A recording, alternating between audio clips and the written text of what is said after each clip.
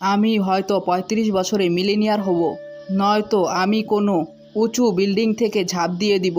এরকমই বলেছেন বিখ্যাত বিজনেসম্যান ওয়ারেন বাফেট। ছোটবেলা থেকেই ওয়ারেন ম্যাথে খুবই ভালো ছিল। সে সব কিছুর মধ্যে প্যাটার্ন খুঁজে বের করত। তার বাড়ির সামনে যেসব গাড়ি পার্কিং হয় সেই গাড়িগুলির নাম্বার একটি কাগজে লিখে রাখত এবং সে দেখে কোন গাড়ি তার বাড়ির সামনে দিয়ে যায় এবং সে অবজার্ভ করে কোন ব্র্যান্ডের কার বেশি মানুষ চায়, বেশি পছন্দ করে। একদিন ওয়ারেন দেখে এক ব্যক্তি তাদের বাড়ির সামনে দোকান থেকে কোল্ড ড্রিঙ্ক কিনছে।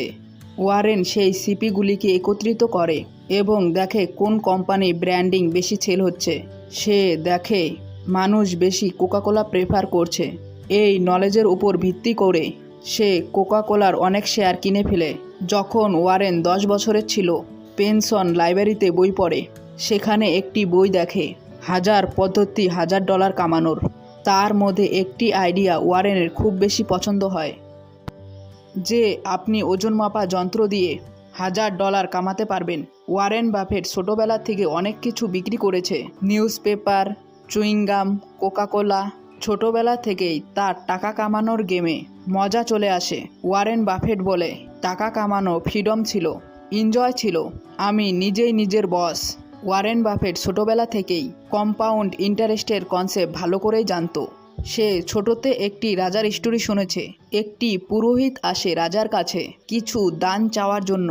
অহংকারী রাজা বলেন, তোমার কি চাও শুধু বলো। তখন পূজারী বলেন, চেস খেলায় 64টি বক্স আছে, আমাকে প্রথম বক্সে একটি চাল এবং পরের বক্সে তার ডবল করে দাও, তার পরের বক্সে তার ডবল, তার পরের বক্সে তার ডবল। এইভাবে কম্পাউন্ডের সাহায্যে 64টি বক্স ভর্তি করে দাও। টোটাল যতটা চাল হবে আমার শুধু ততটাই চাই। রাজা বলে, বাস শুধু এটুকুই? তুমি কতটা বোকা! তুমি আমার কাছে হিরে সোনা রত্ন চাইতে পারতে। রাজার সৈন্যরা সেই বক্সগুলি পূরণ করা শুরু করে। এতগুলি চালে দানা লাগে যে রাজার পুরো শস্যাগার শেষ হয়ে যায়। ওয়ারেন বাফেট এটা শুনে এত খুশি হয় যে এটাকে সে তার লাইফের কোর ফিলোসফি তৈরি করে। ওয়ারেন বাফেট তার জীবনে বেঞ্জামিন গ্রাহামকে তার গুরু মানত।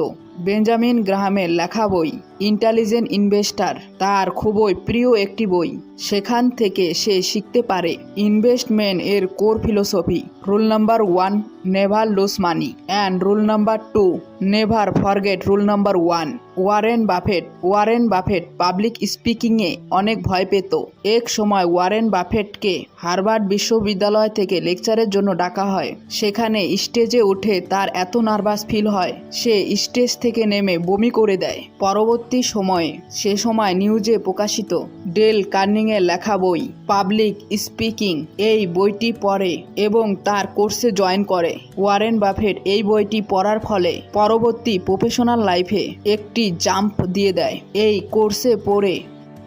কোর্সে পড়ে তার মধ্যে এতটা কনফিডেন্স চলে আসে, সে তার গার্লফ্রেন্ডকে সুজেন বিয়ের জন্য প্রপোজ করে দেয়।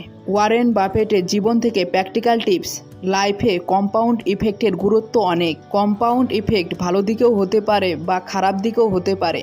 যদি আপনি প্রথম দিনে একটি সিগারেট খাওয়া শুরু করেন, কম্পাউন্ড ইফেক্টের ফলে লাং ক্যান্সার, পোর ইমিউনিটি ডিজিজের মতো সমস্যা হতে পারে।